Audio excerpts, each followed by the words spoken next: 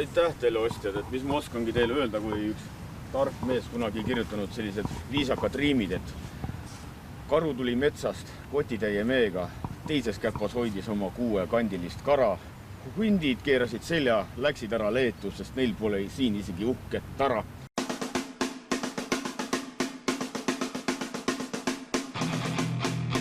Need kidrad ja ka trummikomplekt, millega Metsatöll vee all videot tegi, müüdi oksjonil maha. Ausalt öeldes, kidrad töllumeeste sõnul isegi häälestusid. No kui tihti üldse muusikud teevad sellist heategevust, tuletavad abikäel loomadele? Lähiminevikust mul küll meelde ei tule, et loomad või siis ka mingid konkreetsed loomad oleks sellist tähelepanu saanud. Et sellepärast on meil väga hea meel, et Metsatöll on need hundid selliseks hingelähedaseks loomaliigiks endale valinud ja midagi reaalselt ette võtnud. Metsatöllu bändi liikmed otsustasid aga rahapuuduses siplevat Tallinna loomaaeda aidata ja annetasid oksjonil saadud ligi 2500 eurot loomaaiale. Hundid koju oli oksjoni mõte. Kas aga vee all mänginud pellidest ka veel asja saab? Trummid on täiesti töökorras, nendega võib proovi teha veel kümneid aastaid, kui neid õiges kohas hoida. Kitarridega saab samamoodi, saab proove teha, lindistama stuudiosse ei ole mõtet minna, see on selge. Aga kogu see üritus, ütleme nii, et kõik võitsid, keegi kaotanud ja eraldi tänu PVX Muusik kauplusele, tänu kellele me need pillid siis nagu saime. Ja nüüd peamisest. Tallinna loomaaias pole ühtegi hunti. Mitte ühtegi. 8 aastat tagasi anti viimased igipõlised metsaisandad ära ja sestap pole nooremad linnalapsed hunti oma silma otsas näinudki. Ja viimased hundid, kuna neil ei olnud loomväärseid tingimusi pakkuda ja leedukad hakkasid tegema ühte hundifilmi, siis kinkisime oma hundid leedukatele ära, nii et nad elavad nüüd filmitiiva elu Leedumaal.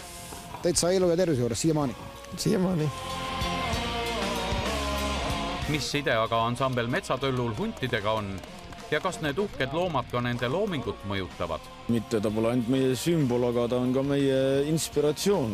Hunt eelkõige ulub ja see hääl on tohutult ürgne ja meie muusikas käib ka läbi selline natukene ürgne joon, mis siis, et me seda suht kaasaegsete vahenditega teeme. Kuuvalgetel öödel me käime ise ka hunti jooksmas ja siis on nagu juba see ka kogemuslik.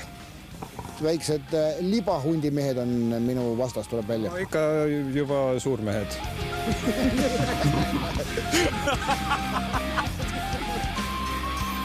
Hundid koju oksjon oli edukas. Flöödi ostis 250 euroga Lääne-Virumaal elav Essu külamees Jüri Suvorov. Ka torupill läks Lääne-Virumaale.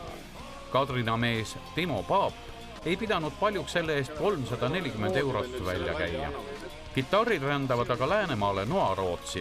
Aga soengut saab kohe püsti, jah? Ja soengut saab. Kas me oleme praegu uue naistebändi sünni juures? Tundub küll nii, jah?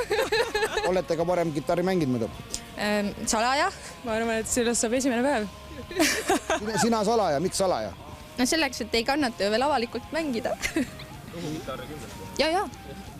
Mina loogin tukka, ei?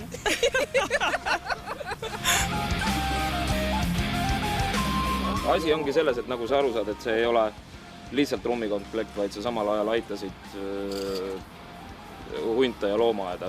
Trummide eest käidi kõige rohkem välja. 801 eurot ehk veidi üle 12,500 krooni. Trummi olen mänginud 8 aastat ja mida rohkem see tuhkab. Praegu igatahes ma saan aru, et see läheb prooviruumi, see on helikindel ja naabrid muretsema ei pea, pruut ka mitte. Ei pea keegi muretsema. Metsatöll on huntidest vaimustuses, nende muusikat inspireerib just see elukas, kuidas meeldib Mati Kaalule Metsatöllu muusika. No Metsatöll iseenesest on ju tegelikult hundi jällitusnimi, nii et selles mõttes on see annetus huntidele.